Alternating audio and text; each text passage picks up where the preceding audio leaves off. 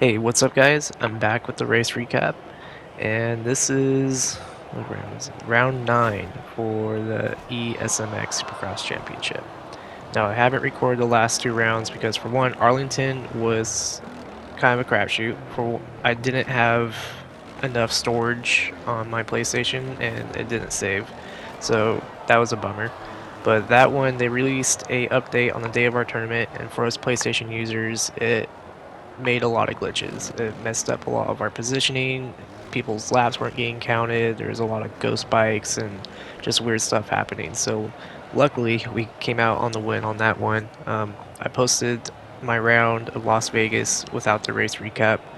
And if you guys watched that video, you know I ran into some problems in the beginning, worked my way through the pack and got to win on that. So that was cool. But we're here on Seattle, and Seattle is probably the toughest track on the series right now. Probably the toughest supercross track in the game. So here we are on the gate. We really want on the inside, but so we're kind of sweating right now. Luckily, we got a really good jump off the gate and made the outside work and came out with the whole shot. So I was really happy about this because if you got caught up in that pack, it was just gonna be hell trying to get your way through and try to avoid getting bumped off the track or run into other people. So we got a little too excited, over jumped that 4, couldn't make the 5, had to check up for the double triple. So at this point, really just want to stay smooth and consistent and try to break away from the pack. But we have the top 3 guys, 1, 2, and 3 right now, so that's a pretty tall order. Me, Nezra, and Platt. And on this track, we were all pretty much the same speed, but it really did just come down to consistency and who made the less mistakes. This track separated a lot of people in that way. I mean, if you messed up on one part of the section, it ruined your momentum and kind of ruined your whole lap for the race. So it was really crucial just to hit your marks. Alright, so we're about 3 laps in, maintaining like a 2 or 3 second gap with Nezra right behind.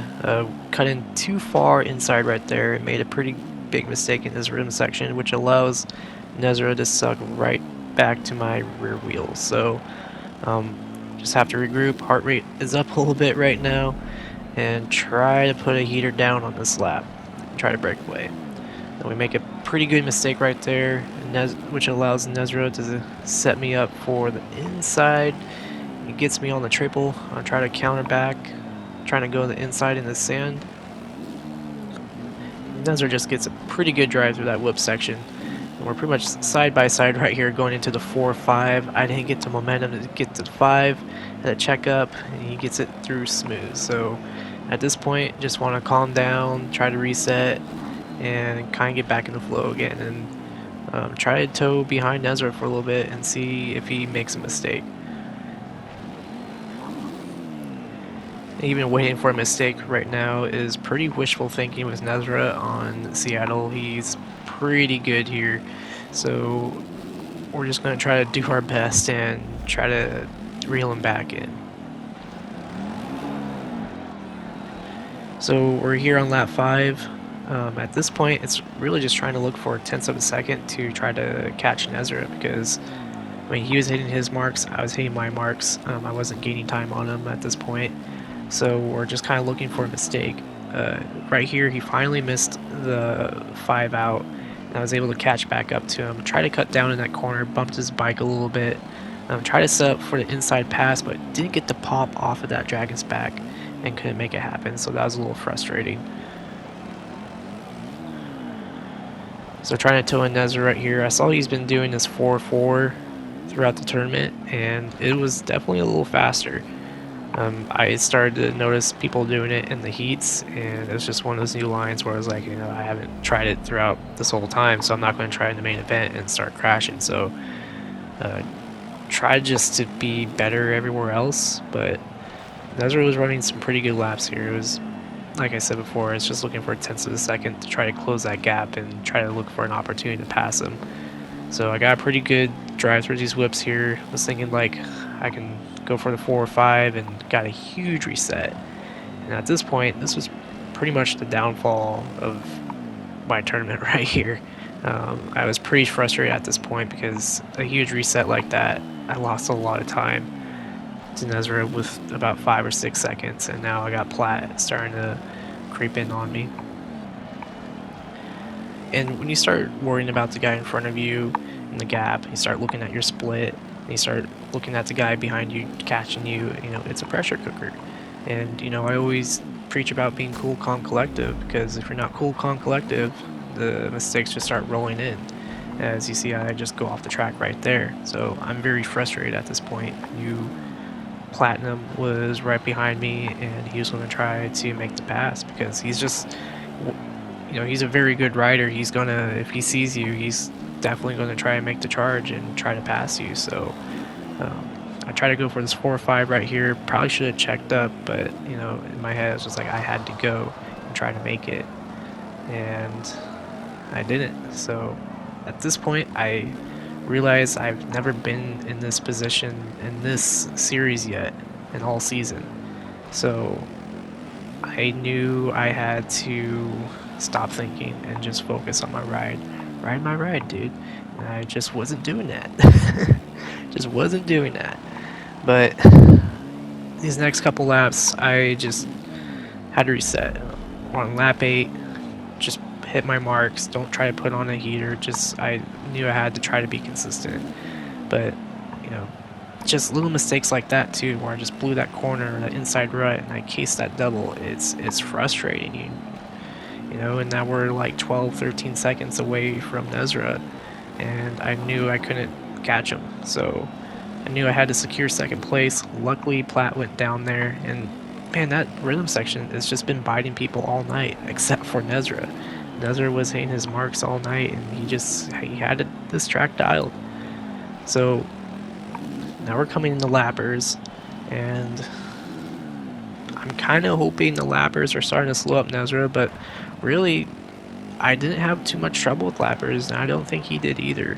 I caught a couple seconds, to him. It was 13, now we're down under 10, so that gave me a little bit of hope. So now we're just trying to almost hit that guy's bike. So it's at this point in the tournament, you just had to be super focused and try to work your way around the lappers and try to avoid the chaos. So these next couple laps were just try to stay consistent, as we almost go down right there, and somehow made that work.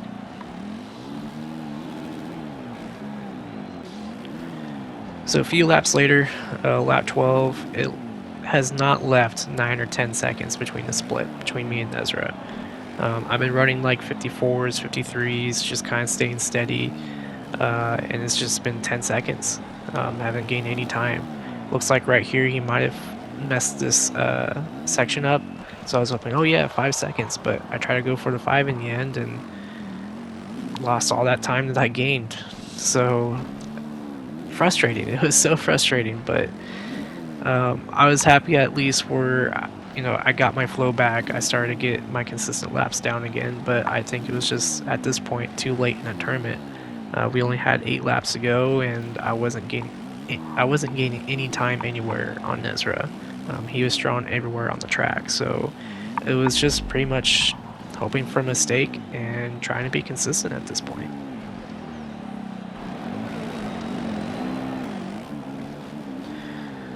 So we're about like 5 seconds right here, got the split down from like 10, lap 14, and it looks like he messed up on this rhythm section again, coming into some heavy lappers so they could just throw off his rhythm. Either way, we are back in the race, and we got some glimmer of hope to try to get the win here. But I'm sure nesrah senses that we're right there behind him, so he's going to try to make a hard push to try to break away again.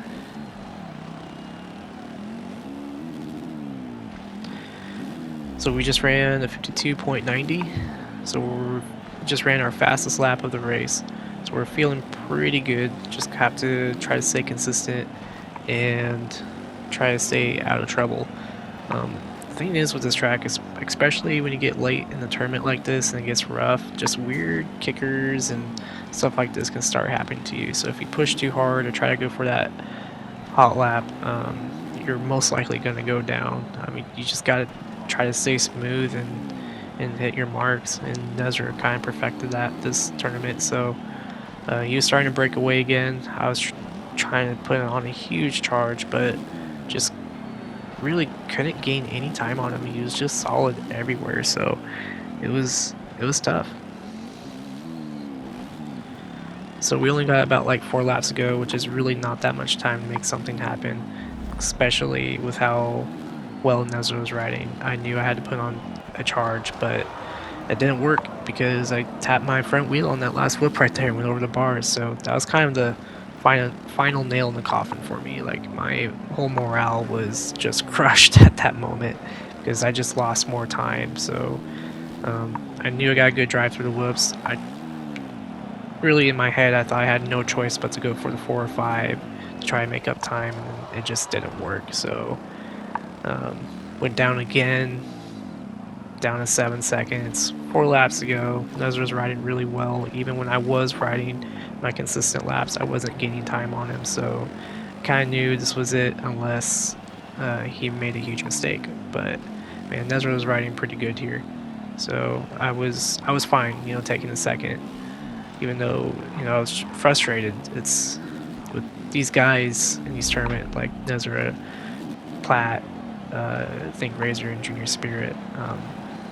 To be on the podium anyways is still a pretty good accomplishment. So we're on the last lap, got it down to 6 seconds, and maybe, just maybe, I can run a heater and nesrah can mess up on the last lap and I can get close, but man, that wasn't the case.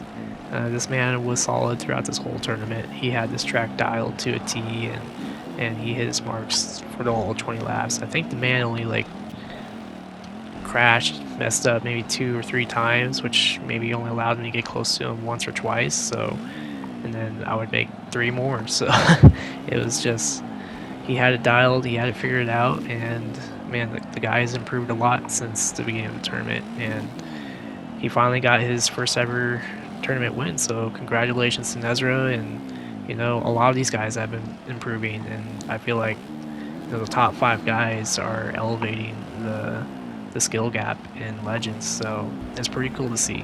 But it was fun racing, especially there in the beginning where me and nesrah were just neck and neck, couldn't pull away from each other until one of us made a mistake. Me and Platt had a pretty good battle there for a little bit, but thank you to Kel Monger for setting up these tournament series, and hopefully I will see you guys in the next recap video. So thanks for watching.